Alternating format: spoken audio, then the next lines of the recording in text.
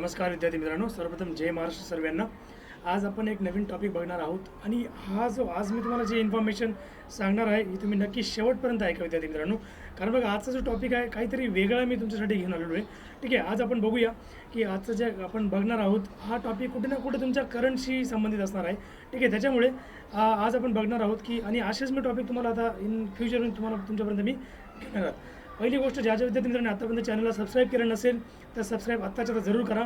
Like व share मात्र जरूर करा. ही लिंक जास्तीत जास्त मित्रांपर्यंत पोहोचून द्या विद्यार्थी मित्रांनो. ठीक आहे, तर आज आपण जाऊया आजच्या टॉपिक पुढे.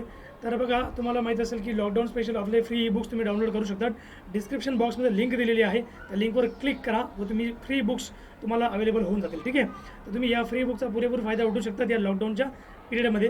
मग आजचं आपण लेक्चर सुरू करणार आहोत आणि अजून एक सर्वात महत्त्वाची गोष्ट, 28 एप्रिलला आपली महाभरती महाबॅच सुरू होते. लवकरात लवकर एनरोल होऊन जा. MPSC कंबाईन्सची पण आपण बॅच सुरू केलेली आहे, त्यासाठी पण तुम्ही तुमची एनरोलमेंट जरूर दाखवा विद्यार्थी मित्रांनो. आजचा आपण टॉपिक सुरू करूया. मग जम्मू आणि काश्मीरचे नवीन अधिवास नियम. ठीक आहे, जम्मू आणि काश्मीरचे नवीन अधिवास नियम हा आपला टॉपिक आहे आजचा. डोमिसाईल राईट्स, तुम्हाला माहिती असेल डोमिसाईल म्हणजे आपण त्याला बघा प्रत्येक राज्यामध्ये डोमिसाईल चालतं. ठीक आहे, बरेचसे राज्य आहेत ज्याच्यामध्ये डोमिसाईल फॉलो केलं जातं. डोमिसाईलची गरज का पडते जनरली? डोमिसाईलची गरज समजा फॉर एक्झाम्पल मी तुम्हाला एक उदाहरण सांगतो. समजा एखादा बाहेर राज्यातला विद्यार्थी आहे, मुलगा आहे. ठीक आहे, तो महाराष्ट्रामध्ये, त्याला महाराष्ट्राची MPSC एक्झाम द्यायची आहे, पण त्याच्याकडे डोमिसाईल नाही आहे किंवा तिथले डोमिसाईल राईट्स नाही आहेत. बरोबर, मग डोमिसाईल राईट नाही आहेत म्हणजे काय, तो एक्झाम देऊ शकतो का? एक्झामसाठी तो ॲपियर होत नाही. बघा, तुम्ही MPSCचा फॉर्म भरता त्यावेळेसुद्धा तुम्हाला तिथे ऑप्शनमध्ये विचारतात की डोमिसाईल आहे का, डोमिसाईलचे डेट काय इशू डेट ते तुम्हाला विचारले जाते. बरोबर, त्याच पद्धतीने आपण बघूया मग डोमिसाईल राईट्स म्हणजे काय. डोमिसाईल आपण त्याला रहिवासी दाखला. ठीक आहे, डोमिसाईल म्हणजे काय, रहिवासी की तुम्ही त्या राज्याचे रहिवासी आहात. नागरिक असणे वेगळे, नागरिक तुम्ही पूर्ण देशाचे आहात, रहिवासी तुम्ही फक्त त्या एका पर्टिक्युलर राज्याचे आहात. म्हणजे रहिवासीचा अर्थ काय होतो की त्या राज्यामध्ये तुम्ही लहानपणापासून किंवा काही वर्षापासून तुम्ही राहत आलेले आहात. ठीक आहे, हा डोमिसाईलचा मिनिंग होतो. तर आजचे आपण पॉईंट्स बघूया. मराठी इंग्लिश दोघं भाषेमध्ये मी डिस्कस केलेले आहेत, तुम्ही बघू शकतात. बघा, आपण आजचं कॉन्टेक्स्ट बघूया नक्की या विषयाचं आपण तात्पर्य काय बघणार आहोत. आता तुम्हाला हे पण माहिती असेल की जम्मू काश्मीर हे पहिले आपलं 29 आपले राज्य होते, पण मागच्या वर्षी 2019मध्ये जो जम्मू काश्मीरला जो विशेष राज्याचा दर्जा देण्यात आला होता.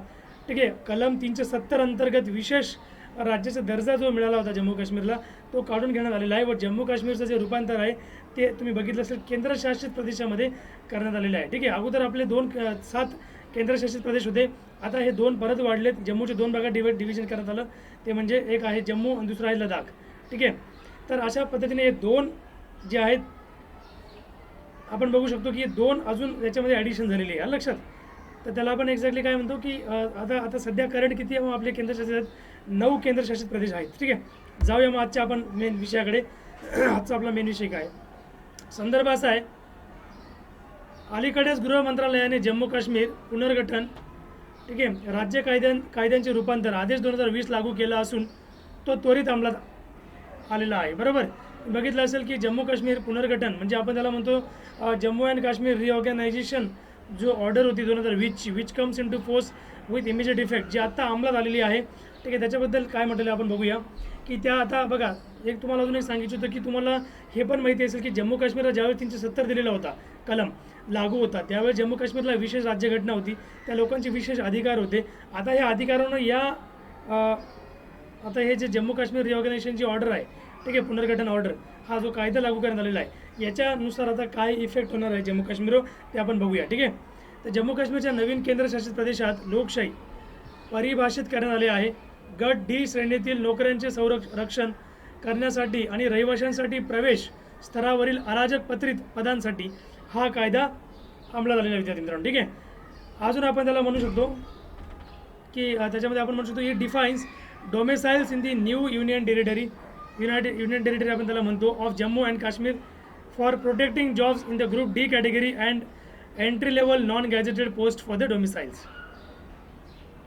ठीक आहे, त्यानुसार आपण हे बघू शकता की आता रिसेंटली हा जो आता कायदा आलेला आहे याचा काय इम्पॅक्ट होणार आहे. व्यवस्थित ऐका, शेवटपर्यंत लेक्चर बघा कारण अतिशय महत्त्वाचा पॉईंट आहे. ठीक आहे, नवीन केंद्रशासित प्रदेश झालेला असल्यामुळे हा नवीन जो ऑर्डर आहे ही पारित करण्यात आलेली आहे, अराजक पत्रित त्याला करण्यात आलेली आहे. ठीक आहे, आता बघा अजून एक गोष्ट तुम्हाला सांगितली होती की ही जी ऑर्डर आहे कशासाठी काढली आपण बघूया. जम्मू काश्मीरच्या नवीन केंद्रशासित प्रदेशात लोकशाही म्हणजे परिभाषित करण्यात आले आहे गट डी श्रेणीतील नोकऱ्यांचे रक्षण करण्यासाठी. बघा, जम्मू काश्मीरमध्ये सहजासहजी आपण नोकऱ्यांसाठी अप्लाय नाही करू शकत, कारण तिथे डोमिसाईल असणं गरजेचं आहे. बघा, बरोबर. मग आता डोमिसाईल जर जम्मू काश्मीरचं आपल्याला मिळवायचं असेल, त्यासाठी आपण किती वर्ष जम्मू काश्मीरमध्ये राहणं गरजेचं आहे याचाही क्रायटेरिया देण्यात आलेला आहे, तो आपण पुढे बघणारच आहोत. ठीक आहे. मग आपण बघितलं की डी श्रेणीतील नोकऱ्यांचे संरक्षण करण्यासाठी आणि रहिवाशांसाठी प्रवेश स्तरावरील अराजपत्रित पदांसाठी हा ऑर्डर काढलेली आहे. बघूया, जम्मू काश्मीर स्पेशली कशासाठी असते?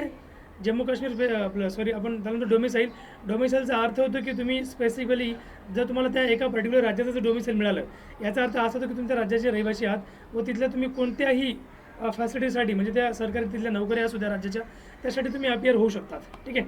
बघूया मग पुढचा point, what is domicile. Domicile म्हणजे काय ते आपण बघूया.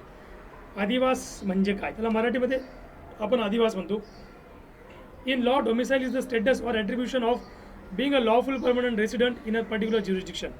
बघा, कायद्यामध्ये आदिवास एखाद्या विशिष्ट कार्यक्षेत्रात कायदेशीर कायम रहिवासी असल्याची स्थिती किंवा विशेषता आहे. आलं लक्षात? बघा, मराठी इंग्रजी दोघं भाषांमध्ये मी तुम्हाला दिलेलं आहे. कायद्यामध्ये आदिवास एखाद्या विशिष्ट कार्यक्षेत्रात कायदेशीर कायम रहिवासी असल्याची स्थिती किंवा विशेषता असतो. त्यानंतर बघा, बॅकग्राऊंड काय याची आपण पार्श्वभूमी बघूया. 6 ऑगस्ट 2019 रोजी केंद्राने घटनेचे अनुच्छेद 370 आणि कलम 35A अंतर्गत जम्मू काश्मीरच्या विशेष स्थितीस निरस्त केले आणि जम्मू काश्मीर आणि लडाखच्या केंद्रशासित प्रदेशात विभाजित केले आहे.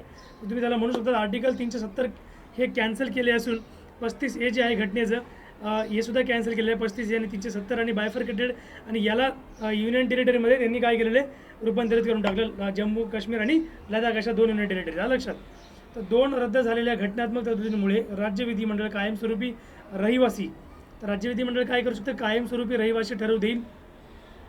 जम्मू काश्मीर रहिवाशांना तेथे मालमत्ता खरेदी करण्यास मनाई करून तेथील रहिवाशांना नोकरीचे आरक्षण मिळू शकेल. बघा, याच्यामध्ये असं करण्यात आलं की the 2 revoked constitutional provisions let the state legislature decide the permanent residents prohibiting a non-J&K resident from buying property there and ensuring job registration for its residents. बरोबर. मग आता हे रद्द झाल्यामुळे काय झालं की घटनात्मक तरतुदींमुळे राज्य विधिमंडळ कायमस्वरूपी रहिवासी ठरवून देईल. म्हणजे कायमस्वरूपी रहिवासी कोण आहे कोण नाही आहे हे ठरवण्याचा अधिकार राज्य विधिमंडळाला असणार आहे. जम्मू काश्मीर रहिवाशांना तिथे मालमत्ता खरेदी करण्यास मनाई करून, बघा, जम्मू काश्मीरचे जे रहिवासी आहेत रहिवाशांना तिथे मालमत्ता खरेदी करण्यास मनाई करून तेथील रहिवाशांना नोकरीचे आरक्षण ते मिळू शकते. ठीक आहे. पुढचा पॉईंट बघूया. मग जम्मू काश्मीरमधील कायमचे रहिवासी कोण होते? बघा, आता कायमचे रहिवासी जम्मू काश्मीरमधले कोण, बघा त्याच्याबद्दल आपण बघूया. 1954 मध्ये लागू झालेल्या या कायद्यात राज्य सरकारांना जम्मू काश्मीरमधील कायमस्वरूपी रहिवासी ठरवून त्यांना काही हक्क व सुविधा मिळवून देण्यास सक्षम बनवण्यात आले. तुम्ही बघू शकता, द लॉ इंट्रोड्यूस इन 1954. 1954 मध्ये जो कायदा पारित करण्यात आला होता, तो कायदा पारित झाल्यानंतर, ठीक आहे, राज्य सरकारांना जम्मू काश्मीरमधील कायमस्वरूपी रहिवासी कोण असणार नाही हा ठरवण्याचा अधिकार राज्य सरकारांना असणार आहे, त्यांना ठरवून दिलेला आहे. तर हक्क व सुविधा मिळवून देण्यास सक्षम सुद्धा त्यांना बनवण्यात आले. गेल्या वर्षी ऑगस्टपर्यंत कायम रहिवासी या शब्दांमध्ये 1954 मध्ये जम्मू काश्मीरमधील राज्य प्रजे व त्यांचे वंशजांचा समावेश होता. बघा, 1954 मध्ये जो कायमस्वरूपी रहिवासी होता त्याच्यामध्ये कोणाचा समावेश होता? जम्मू काश्मीरचे जे राजे घराणं होतं, राजेशाही, त्यांचा समावेश होता, त्यांच्या वंशाचा समावेश होता. बरोबर. मग आता बघूया नक्की ही आता कोणाला नक्की याचा एक प्रकारे हे आपण त्याला म्हणू शकतो रहिवासी कोण असणार आहे. ठीक आहे. 1954 मध्ये जम्मू काश्मीरमध्ये कमीत कमी 1954 मध्ये अशी एक तरतूद होती की कमीत कमी 10 वर्ष ज्यांची वास्तव्य व मालकी होती अशा लोकांचा यात समावेश होता. बरोबर. 1954 मध्ये जम्मू काश्मीरमध्ये कमीत कमी 10 वर्ष ज्यांची वास्तव्य व मालिका होती अशा लोकांचा यात समावेश होता. 4 बघा, मग जम्मू काश्मीरमध्ये जमिनीच्या मालकीचा हक्क, सरकारी नोकरी मिळवणे आणि राज्य शिष्यवृत्ती मिळवणे यासारख्या विविध अधिकार या कायम रहिवाशांसाठी सुद्धा मर्यादित होते. विद्यार्थी मित्रांनो, तुम्ही हे बघू शकतात की 1954च्या कायद्यानुसार काय काय प्रोव्हिजन होत्या त्याही मी याच्यामध्ये ॲड केलेल्या आहेत, त्याही तुम्ही बघू शकतात. तुम्ही या नोट डाऊन सुद्धा करू शकतात. त्यानंतर ऑर्डरचे मुख्य वैशिष्ट्य बघूया आपण. ऑर्डरचे मुख्य वैशिष्ट्य काय होती? पहिला, या आदेशात 109 कायद्यांमध्ये सुधारणा करण्यात आली असून तत्कालीन राज्यातील 29 कायदे रद्द करण्यात आले आणि जम्मू काश्मीर नागरी सेवा विकेंद्रीकरण आणि भरती अधिनियम 2010 मध्ये आदिवास कलम समाविष्ट केला. बरोबर. त्यानंतर 2010 कायद्याअंतर्गत राज्यातील कायमस्वरूपी रहिवासी असा कलम UTच्या आदिवासने प्रतिस्थापित केलेला आहे. विद्यार्थी मित्रांनो, बघा जी आता ऑर्डर दिलेली आहे 2020मध्ये, हा जो कायदा पारित झालेला आहे, ठीक आहे, जम्मू काश्मीरचा डोमिसाईल जो कायदा आहे त्याच्यानुसार या आदेशात 109 कायद्यांमध्ये सुधारणा करण्यात आली असून तत्कालीन राज्यातील 29 कायदे रद्द करण्यात आलेले आहेत. जम्मू काश्मीरमधले 29 राज्य रद्द झाले, 109 कायद्यांमध्ये सुधारणा झाली आणि जम्मू काश्मीर नागरी सेवा विकेंद्रीकरण आणि भरती अधिनियम 2010 मध्ये सुद्धा आदिवास कलम समाविष्ट केला, म्हणजे डोमिसाईलचा जो आर्टिकल आहे, क्लॉज आहे, तो ॲड केलेला आहे या 2010च्या जम्मू काश्मीरच्या कायद्यामध्ये. बरोबर, 2010 कायद्याअंतर्गत राज्यातील कायमस्वरूपी रहिवासी असा कलम UTच्या आदिवासने प्रस्थापित केला आहे. या लक्षात. मग हा युनियन टेरिटरी जी आहे जम्मू काश्मीरची, त्यांनी हा जो 2010चा जो कायदा आहे याच्यामध्ये जो डोमिसाईलचा जो काही प्रादुर्भाव म्हणजे समावेश असणार आहे, तो हा UT म्हणजे ती जबाबदारी UTवर असणार आहे, युनियन टेरिटरीवर, ठीक, केंद्रशासित प्रदेशावर. ठीक आहे. की हायलाईट्समधला तिसरा पॉईंट आहे, जिल्हा विभागीय आणि राज्य संवर्गपदी असलेल्या नागरी सेवांमध्ये नोकरी संबंधीचा हा कायदा आहे. बरोबर, म्हणजे जिल्हा किंवा विभागीय आणि राज्य संवर्ग जे पदे असतील, राज्यामधले जे पदे असतील त्याचे ते भरण्याचा म्हणजे नागरी सेवांमध्ये नोकरी संदर्भाचा हा कायदा असणार आहे. फक्त जम्मू काश्मीरमधील कायमस्वरूपी रहिवासीच राजपत्रित आणि विना राजपत्रित पदांसाठी अर्ज करण्यास पात्र होते. परंतु पहिले फक्त काय होत होतं, पहिले फक्त जम्मू काश्मीरमधील कायमस्वरूपी जे रहिवासी होते तेच फक्त याला काय करू शकत होते, एक प्रकारे अप्लाय करू शकत होते. राजपत्रित आणि विना राजपत्रित पदांसाठी ते फक्त अर्ज करण्यास पात्र होते. परंतु आता नॉन डोमिसाईल्स देखील या पदासाठी अर्ज करू शकता विद्यार्थी मित्रांनो. बरोबर, आता नॉन डोमिसाईलला सुद्धा हा अधिकार देण्यात आलेला आहे या कायद्यामध्ये. हा खूप महत्त्वाचा बदल हा करण्यात आलेला आहे सेंट्रल गव्हर्नमेंटच्या द्वारे. ठीक आहे. आदिवासीसाठी निकष बघा काय काय असतात. मग क्रायटेरिया फॉर डोमिसाईल्स. डोमिसाईलसाठी जम्मू काश्मीरमध्ये क्रायटेरिया काय, खाली नमूद केलेल्या कोणत्याही निकषांची पूर्तता करून एखाद्या व्यक्तीस जम्मू काश्मीरच्या केंद्रशासित प्रदेशाचा रहिवासी म्हणून समजावे लागणार आहे. बघा, मग आता डोमिसाईलचं तिथं जर पाहिजे असेल तर डोमिसाईल बघा, आता असं होतं की पहिले फक्त राजघराण्यालाच ते डोमिसाईलचे अधिकार होते. म्हणजे या गव्हर्नमेंटच्या जागांसाठी किंवा राज्य किंवा विभागीय किंवा जिल्हा स्तरावर ज्या काही त्यांच्या वॅकन्सीज निघायच्या त्याच्यासाठी फक्त त्यांच्या 1954मध्ये ज्या लोकांचा समावेश करण्यात आला होता कायमस्वरूपी, जे आपण म्हणतो ना की त्यांच्या ज्या राज्यघटनेने जम्मू काश्मीरचं जे सरकार त्यावेळेची जी त्यांचं राज्य होतं त्या राज्यघटनेने जो काही क्रायटेरिया केला होता 1954च्या कायद्यानुसार, त्यावेळेस जे लोक कायमस्वरूपी त्यांना दर्जा देण्यात आला होता जम्मू काश्मीरचे कायमस्वरूपी रहिवासी, तेच फक्त या पदांसाठी अप्लाय करायचे. पण आता मात्र याच्यामध्ये सुधारणा करण्यात आलेल्या आहेत. आता या नवीन आदिवास जो निकष आहे याच्यानुसार क्रायटेरिया असा असणार आहे की जम्मू काश्मीरच्या केंद्रशासित प्रदेशात, बरोबर, किंवा 15 वर्षांच्या कालावधीत राहणारी व्यक्ती, म्हणजे बघा पहिला क्रायटेरिया काय आहे की जम्मू काश्मीरच्या केंद्रशासित प्रदेशात किंवा 15 वर्षांच्या कालावधीत, म्हणजे 15 वर्ष जर ती व्यक्ती ऑलरेडी जम्मू काश्मीरमध्ये राहिलेली असेल युनियन टेरिटरी किंवा JNK मध्ये, तर अशी व्यक्ती डोमिसाईलसाठी ॲप्लिकेबल असणार आहे. ठीक आहे. त्यानंतर दुसरा बघा, ज्या व्यक्तीने 7 वर्षाच्या कालावधीसाठी शिक्षण घेतले, ज्या व्यक्तीने JNK किंवा लडाखमध्ये जे काही शिक्षण घेतलं असेल 7 वर्षापर्यंत आणि जम्मू काश्मीरच्या केंद्रशासित प्रदेशात असलेल्या शैक्षणिक संस्थेत इयत्ता 10वी व 12वीची परीक्षा दिली होती, त्यांनी 10वी 12वीची परीक्षा दिली असेल, ठीक आहे, तर अशा व्यक्तीसह डोमिसाईलसाठी पात्र असणार आहे. मदत व पुनर्वसन आयुक्त स्थलांतरित यांनी स्थलांतरित म्हणून नोंदणी केलेले कोणीतरी, म्हणजे बघा मदत, आपण त्याला काय, someone who is registered as a migrant. एखाद्याला जर मायग्रंट म्हणजे काय, बाहेरून आलेला, एखादा जर मायग्रंट म्हणून रजिस्टर झाला असेल by the relief and rehabilitation commissioner. जर रिलीफ म्हणजे काय, जे आपण म्हणतो ना मायग्रंट डिपार्टमेंट असतं, मायग्रंट डिपार्टमेंटने जर एखाद्या मायग्रंटला जर तिथे त्यांच्या लिस्टमध्ये रजिस्टर केलं असेल, नोंदणी करून दिली असेल, तर ती व्यक्तीसुद्धा याच्यासाठी पात्र होणार आहे. ठीक आहे. त्यानंतर पुढचा पॉईंट बघा, मग चौथा पॉईंट, केंद्र सरकारचे अधिकारी, अखिल भारतीय सेवा, सार्वजनिक क्षेत्रातील बँक, केंद्राची स्वायत्त संस्था, सार्वजनिक क्षेत्रातील बँका, वैधानिक संस्था, वैधानिक लागून होतं स्टॅट्युटरी इन्स्टिट्यूशन्स. ठीक आहे. त्यानंतर केंद्रीय विद्यापीठांचे अधिकारी, जम्मू काश्मीरमध्ये एकूण 10 वर्ष सेवा बजावलेल्या केंद्रातील मान्यवर संशोधन संस्था, हे सुद्धा याच्यासाठी ॲप्लिकेबल होणार असणारे विद्यार्थी मित्रांनो. अतिशय महत्त्वाचा बदल आहे. जो तुम्ही बघितलं असेल जम्मू काश्मीरची जी पहिली घटना होती राज्यघटना, तर त्याच्यामध्ये इतके जबरदस्त म्हणजे आपण म्हणू शकतो की निकष होते की म्हणजे तो निकष असा होता की तो बाहेरच्याला ते कधीच परमिशन देत नव्हते जम्मू काश्मीरच्या लोकल पॉलिटिक्समध्ये किंवा त्यांच्या लोकल ज्या काही सर्व्हिसेस असतील त्याच्यामध्ये. ठीक आहे. म्हणून हा मोठा बदल होता आणि त्याच्यामुळे कुठेतरी असं वाटायचं की म्हणजे जम्मू काश्मीर एक स्वतःला स्वतंत्र राष्ट्र समजायचा. ठीक आहे. म्हणजे भारतापेक्षा ते वेगळं समजायचे. त्यांना वेगळी राज्यघटना दिल्यामुळे ते भारतीय लोकांना कधीच त्यांच्या देशातले नागरिक मानत नव्हते, त्यांच्या राज्यातले कधीच ते आपलेसे मानत नव्हते. ठीक आहे. म्हणून हा कुठेतरी एक प्रकारे हा जो गॅप होता जम्मू काश्मीरमधला, ठीक आहे, तर हा गॅप कुठेतरी आपण म्हणू शकतो भरून काढण्यासाठी तर हे सरकारने हा मोठा निर्णय घेतला होता. बघा पुढचा पॉईंट, मग जम्मू काश्मीरमधील अशा रहिवाशांची मुले जे त्यांच्या नोकरी किंवा व्यवसाय किंवा अन्य व्यावसायिक कारणांमुळे जम्मू काश्मीरच्या बाहेर राहतात, परंतु त्यांचे पालक प्रदान केलेल्या कोणत्याही अटी पूर्ण करतात. बरोबर. म्हणजे बघा, children of such resident, Jammu काश्मीरचे जे काही रेसिडेंट असतील त्यांचे मुलं जे जम्मू काश्मीरच्या बाहेर राहत आहेत इन कनेक्शन विथ दर एम्प्लॉयमेंट, त्यांच्या बिझनेस आहे किंवा त्यांची एम्प्लॉयमेंट आहे बाहेर, त्यांचे जॉब्स आहेत, ठीक आहे, ते बाहेर राहत आहेत, किंवा काही त्यांचे इतर प्रोफेशन असतील किंवा वोकेशनल रिझन, काही त्यांचे काही सुट्टींचे कारण असतील, पण ते त्यांचे जे पॅरेंट्स आहेत ते जर त्यांच्या कंडिशनच्या अटी जर पूर्ण करत असतील तर त्या लोकांना सुद्धा तिथला फायदा होऊ शकतो. ठीक आहे. पुढचा पॉईंट बघा मग, नवीन रहिवाशांसाठी नोकरी निकष. बघा, जॉब क्रायटेरिया आता काय असणार आहे फॉर न्यू डोमेसाइल्स. नवीन रहिवासी जे आहे, डोमेसाइल्स म्हणजे काय, रहिवासी धारक. तर नवीन रहिवाशांसाठी नोकरीचा निकष काय असणार आहे बघा. पहिला पॉईंट आहे स्तर 4पेक्षा, म्हणजे आता लेवल्स दिलेले बघा त्यांनी. The domiciles will be eligible for the purposes of appointment to any post carrying a pay scale of not less than 4 level. बघा, 4 जी त्यांची लेवल 4 आहे त्या 4 लेवलपेक्षा जास्त नसलेल्या वेतन श्रेणी असलेल्या कोणत्याही पदावर नियुक्त करण्याच्या हेतूसाठी रहिवासी पात्र असणार आहेत. ठीक आहे. त्यांचं लेवल, त्यांची पेमेंट जर 4थ्या लेवलपेक्षा कमी असेल तर.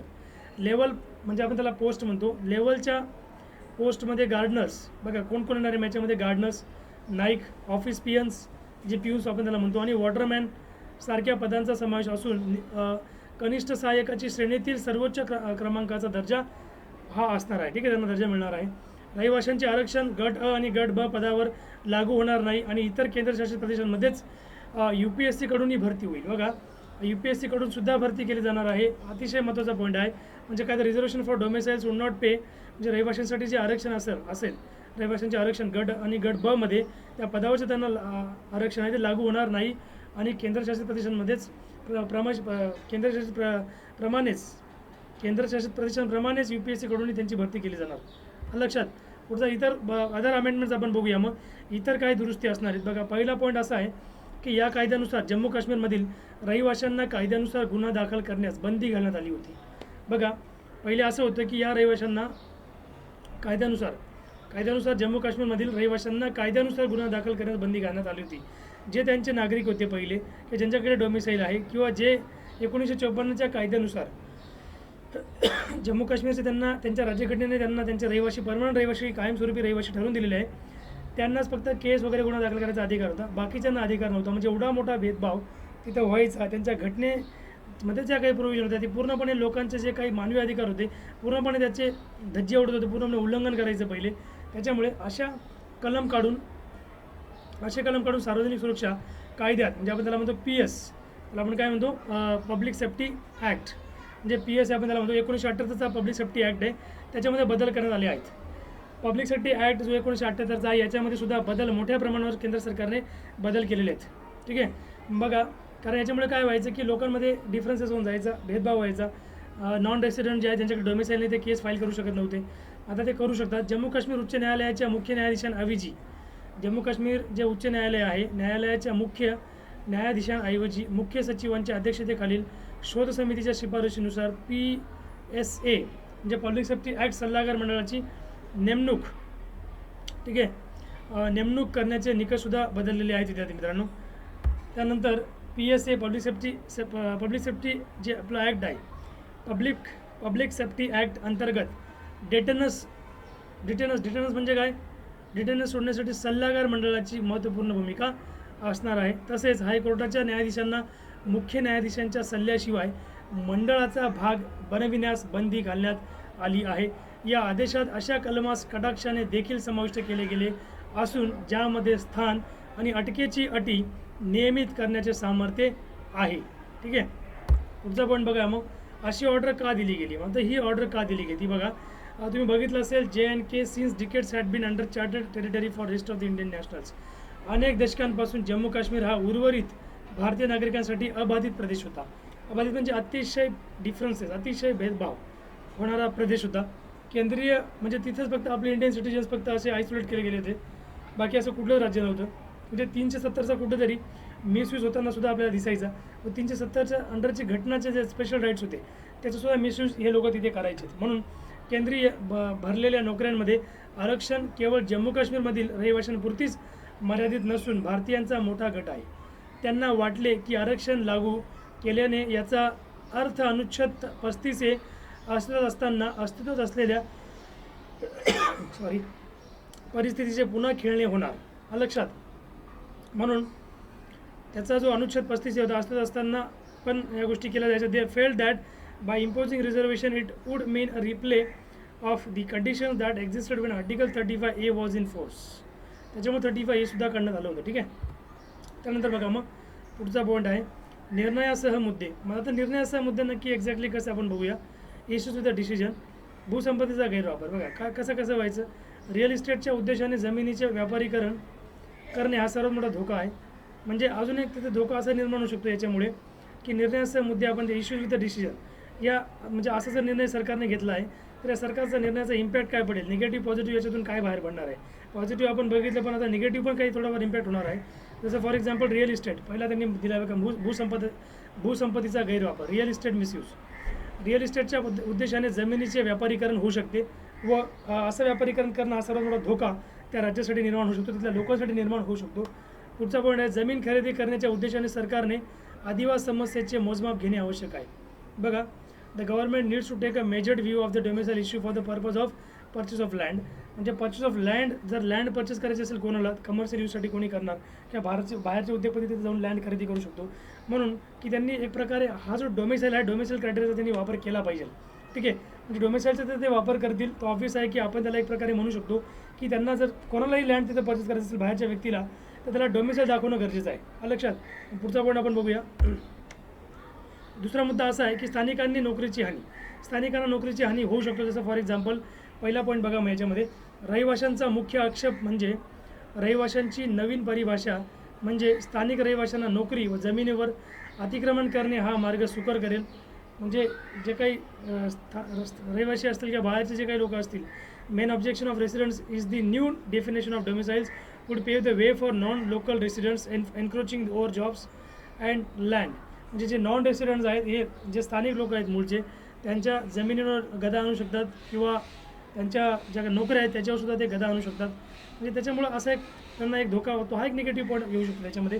दुसरा पॉईंट असा आहे की या आदेशानंतर जम्मूच्या तरुणांना याची जाणीव झाली आहे की केंद्राच्या निर्णयामुळे केंद्रशासित प्रदेशात सर्वोच्च सरकारी पद मिळविण्याची त्यांची शक्यता कमी होईल.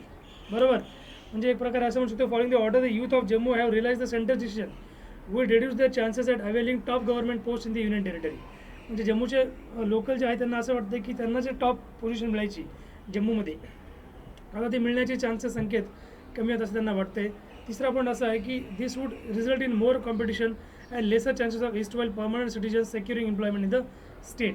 याच्यामुळे काय होईल की अधिक स्पर्धा होईल आणि राज्यात कायमस्वरूपी जे नागरिकांची संधी आहे ती सुद्धा कमी होईल असं त्यांना वाटते कुठेतरी. म्हणजे असं एक त्यांना वाटत नाही. आपण एक म्हणू शकतो की हा एक डिसिजन या निर्णयामुळे होऊ शकतो. त्यानंतर पुढचा बघा जमीन अतिक्रमण. ठीक आहे. जमिनीचं अतिक्रमण सुद्धा होऊ शकते. जसं एक्झाम्पल बघा या आदेशात झेड रहिवासी. ठीक आहे आपण त्याला म्हणतो the order also amended the JNK property rights to slum dwellers act. म्हणजे बघा लँड एन्क्रोचमेंट कसं होऊ शकतो की या आदेशात झेड रहिवासी म्हणजे JNK रहिवासी कायद्याच्या जम्मू के मालमत्ता हक्क कायद्यातही बदल करण्यात आला आहे. म्हणजे ऑर्डर ऑल्सो अमेंडेड. ऑर्डरने काय केलं या आदेशामुळे काय झालेलं या डोमेसाइल आदेशामुळे जम्मू आणि काश्मीरचे जे प्रॉपर्टी राईट्स आहेत त्याच्यामध्ये सुद्धा सुधारणा केलेली आहे आणि टू स्लम ज्वेलर्स ॲक्ट याच्यामध्ये सुद्धा त्यांनी बदल केलेला आहे. बरोबर. दुसरा पॉईंट असा आहे जम्मू काश्मीरमधील स्थानिक झोपडपट्टीत राहणाऱ्यांना मालमत्ता हक्क मिळवणे सुलभ बनवून कायम रहिवासी संदर्भातील संदर्भ कायद्यात ठेवण्यात आले. बघा जम्मू काश्मीरमधील स्थानिक झोपडपट्टीत जे राहणारे रहिवासी आहेत. ठीक आहे. राहणाऱ्यांना मालमत्ता हक्क मिळवणे सुलभ बनवून कायम रहिवासी संदर्भातील संदर्भ कायद्यातून हटवण्यात आले. The references to permanent residents were deleted from the law making it easier for non local slum dwellers to gain property rights in Jammu and Kashmir. अतिशय म्हणजे असं आपण म्हणू शकतो की एक प्रकारे त्यांच्यावर हा एक असा असणार आहे. नंतर हे हिस्ट्री डिसिजन असं आहे की मजेदार निर्णय असा आहे की लोकांच्या आकांक्षा आणि अपेक्षा विचारात न घेता नोकरशाही स्तरावर राबविण्यात येणाऱ्या अनौपचारिक अभ्यासाचे या आदेशात प्रतिबिंब आहे. बरोबर. त्याच्यामुळं सर्व प्रयत्न आणि लक्ष कोविड प्रादुर्भावावर केंद्रित असताना अशा वेळी जम्मू काश्मीरच्या नव्या अधिवास कायद्यात सरकार घसरले. ठीक आहे. म्हणजे आपण म्हणू शकतो at a time when all efforts and attention are focused on the covid outbreak the government slipped in a new domicile law for JNK. म्हणजे कोविडचं एक प्रकारे आपण म्हणू शकतो कोरोना व्हायरसचं एक प्रकारे लागण सुरू झाली भारतामध्ये. हा धुमाकूळ सुरू झाला व त्या धुमाकूळच्या याच्यामध्ये जम्मू काश्मीरमध्ये असा निर्णय घेण्यात आला. कुठेतरी एक वेगळी गोष्ट आपल्याला दिसते याच्यामध्ये. बघा राजकीय औदासीन्य काय आहे पहिला पॉईंट असा आहे की आदिवास कायद्यासाठी घाई व्यापकपणे अयोग्य आणि असंवेदनशील मानली जाते. बघा, आदिवासी जो कायदा आहे याच्यासाठी जी घाई केलेली आहे, haste for domestic law is widely considered inappropriate and insensitive. अतिशय इनसेन्सिटिव्ह आणि इनॲप्रोप्रिएट याला असं कन्सिडर करण्यात आलेलं आहे. कलम 370 रद्दबातल केल्याची टीका आशादायक अपमान म्हणून केली जाते. It is perceived as an insult upon injury since the abrogation of article 370 was carried on a promising note. लक्षात. त्यामुळे पुढचं बघा, निष्कर्ष काय आहे मग. आता याचं कन्क्लुजन आपण असं बघू शकतो की काश्मीरी लोकसंख्येतील उच्च पातळीवरील शत्रुत्व आणि विश्वासातील तूट लक्षात घेता आदिवासी ऑर्डरची घाई केल्याने शंकास्पद आहे. बरोबर. आता हे डाऊटफुल क्वेश्चन तयार करतो आहे की कोरोना व्हायरस इकडे एकीकडे कोरोना व्हायरसचा धुमाकूळ आणि त्याच्यामध्ये असा निर्णय सरकारने घेणं, ठीक आहे, अशी ऑर्डर पास करणं कुठेतरी एक प्रकारे अन्याय किंवा इनॲप्रोप्रिएट किंवा हे चुकीचं दिसतंय कुठेतरी, असा काही जणांचं ओपिनियन आहे. हे पाहता जम्मू आणि लडाख हे भारतातील विविध भागातील लोक जमीन विकत घेण्यासाठी व तोडगा काढण्याचे मुख्य लक्ष देण्यासाठी दाट शक्यता आहे. ठीक आहे. म्हणून काय, given this there is a high chance of Jammu and Ladakh becoming the prime focus for people from different parts of India to buy land and settle. बघा, मग या ऑर्डरमुळे काय होऊ शकतं की जे बाहेर राज्यातले जे काही लोक आहेत, ठीक आहे, त्यांचा जो प्रभाव आहे तो जम्मू काश्मीरमध्ये वाढू शकतो. तिथल्या जे जमिनी विकत घेऊ शकतात, तिथे सेटल होऊ शकतात. त्याच्यामुळे कुठेतरी हा प्रश्न निर्माण होताना आपल्याला दिसतोय. त्याच्यामुळे यामुळे बऱ्यापैकी आर्थिक क्रियाकलाप येतील, परंतु इथल्या स्थानिकांना केवळ चांगली जागाच उपलब्ध करून दिली जाणार नाही, तर कामात सहभागी होण्यासाठी समान संधी देखील द्यावी लागेल. लक्षात. This will bring about considerable economic activity, but the locals here will have to not only offer better space but also equal opportunity to participate in work. म्हणून स्थायिक लोक आल्यानंतर जे लोक त्यांच्या जीवनशैलीत बदल करू शकतात त्यांच्यामुळे हे शक्यतो स्थानिकांना अपेक्षित करेल. म्हणजेच काय, this could potentially marginalize the लोकल्सला मार्जिनलाइज करायचा प्रयत्न होणार आहे. When the settlers are which can modify their ways of life. जर बाहेरचे जर आले तिथे राहायला लागले तर जे काही लोकल आहेत त्यांचं कल्चर, त्यांचं जे संस्कृती आहे याच्यावर ऑब्वियस गदा येईल असं त्यांचं म्हणणं आहे. त्याच्यामुळे कुठेतरी त्यांच्या भाषेवर पण याचा प्रभाव होऊ शकतो. त्याच्यामुळे असा एक त्याचा इश्यू त्या डिसिशनसोबत होऊ शकतो. ठीक आहे. बघा, पुढील मार्ग काय आहेत याच्यासाठी.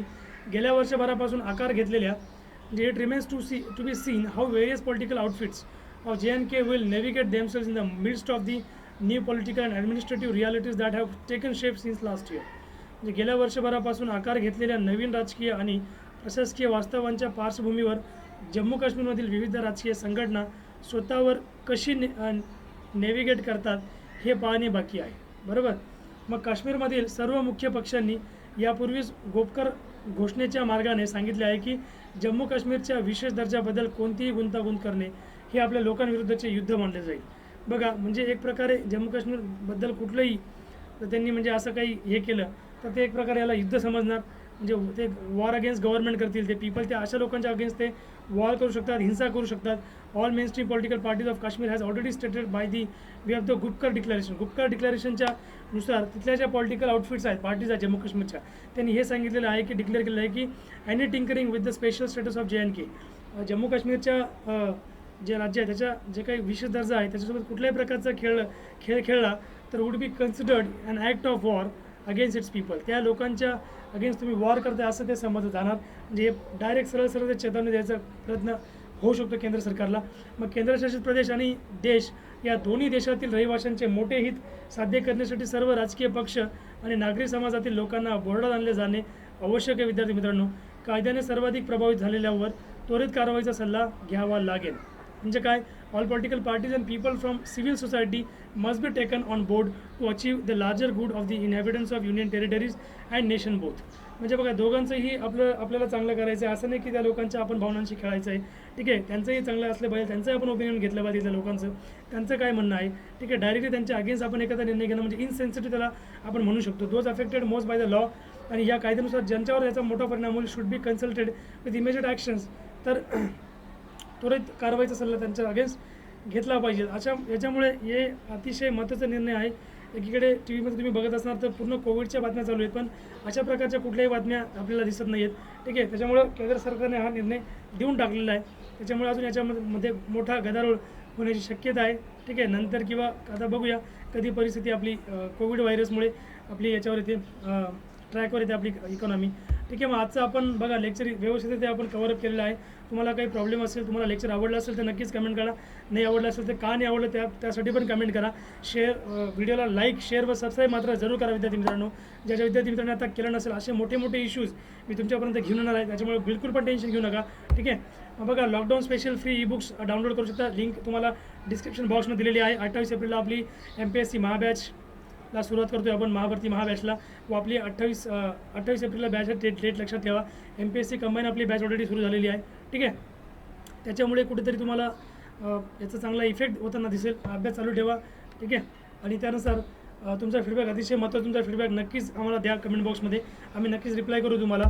त्यानंतर ज्या विद्यार्थ्यांनी आतापर्यंत चॅनल सबस्क्राईब केला नसेल, सबस्क्राईब करा. चॅनलला सबस्क्राईब करा, लाईक करा, कमेंट करा व शेअर करायला मात्र विसरू नका विद्यार्थी मित्रांनो. आजचं लेक्चर आता इथं आपण थांबवूया. जय हिंद, जय महाराष्ट्र.